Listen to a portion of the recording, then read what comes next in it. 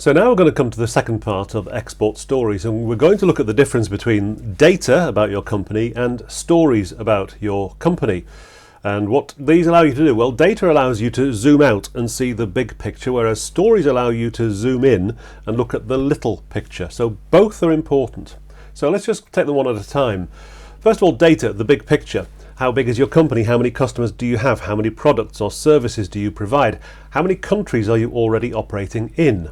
And this, as I say, gives you the kind of the big picture. The subtext, if you like, the message, the moral of this story is, you can trust us, we know what we're doing, we can operate at scale, we can, you get the idea. You can trust us, we're big enough to do this job for you.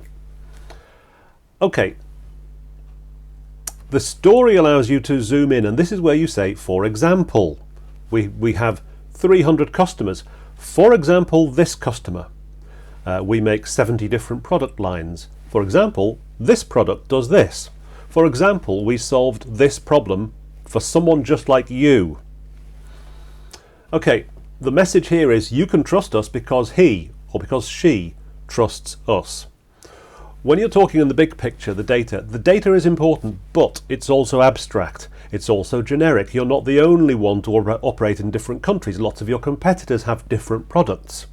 So because it's abstract and generic, it's actually hard for us to visualize data.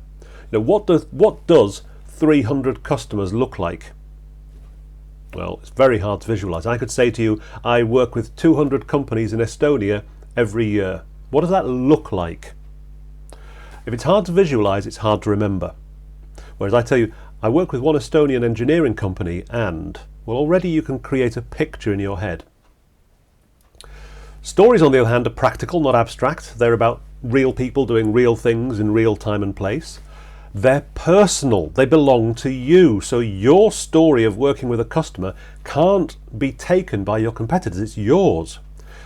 Because they're personal, because they're practical, they are easy to visualize. I can see what you mean when you tell me a story. That means they're easier to remember. So you need to be able to flip between both the big picture and the little picture, the zoom out and zoom in. So in the breakout session, what I ask you to do is to use both kinds of information, how the big picture data, the little picture zoom in. And you need, if you like, one big story and lots of little stories. Okay, we're also going to come on to talk about the innovation curve, because you are new when you're exporting. You may not be exporting anything particularly innovative, but you're still a new type of customer, a new type of partner for your target customer to deal with. So it's useful to think about innovation and to think about your customers as being somewhere on the innovation curve. You've all heard of early adopters. Well, they're the ones who take up technologies or new things first. So thinking a simplified innovation curve says, okay, you've got early adopters, you've got the mainstream, and then you've got the late adopters who are the last to take on the new thing. And your customers will be somewhere on that curve. Okay, so what's worth thinking about from your point of view is, well, how new is your product? How innovative are you? And obviously in some cases, very new. Which customer are you trying to reach? Are they early adopters, mainstream, or late? And which story is right for your target customer?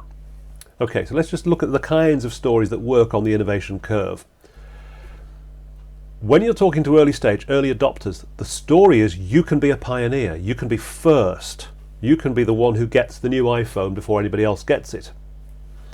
When you're talking to people in the mainstream, well, they're not really that bothered about being first, but they do like the idea of getting ahead of everyone else who's also in the mainstream. So they're thinking, well, we can get an advantage here. And when you're talking to people who are late adopters, the message really is don't get left behind. So again, taking the iPhone example, there are people who got the very first iPhone 10 years ago who were pioneers. They didn't get a very good iPhone. They got the kind of, they got the iPhone 1. And then there's people like my mum who still doesn't want to have an iPhone and would rather just have a little Nokia. But eventually she's going to get left behind because the rest of the family are using WhatsApp and she can't. Okay, so different stories for different stages. What's interesting also is to think about the hopes and fears of people along this innovation curve. So the positives you can play to with the early adopters are, this is new, this is exciting. When you come to the mainstream, they're not so interested in new and exciting. What they want to know is that something is recommended, that it's going to work, and that other people are already using it. And finally, the late adopters want to know it's safe. It's been tried and tested, and therefore it's okay to use it now. They also have fears. Now, the fear of the early adopter is they're going to pay an innovator tax. In other words, the person who got the first iPhone got the one that was not very good. It was a bit buggy still. It didn't quite do everything. Whereas the second iPhone, third iPhone 5, they'd ironed out all those problems. So the early adopters might be worried that they're going to end up paying because they're the first. The mainstream adopters, they want something that's going to work off the shelf, that's been tried and tested. They're going to be worried that taking on this new innovation is going to disrupt their business as usual.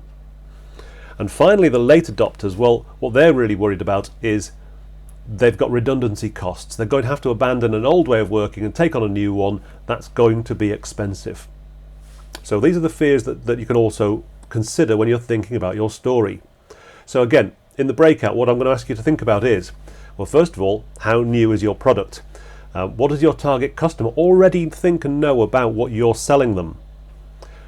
What kind of customer are you targeting? Are they early adopters? Are they mainstream? Are they late adopters?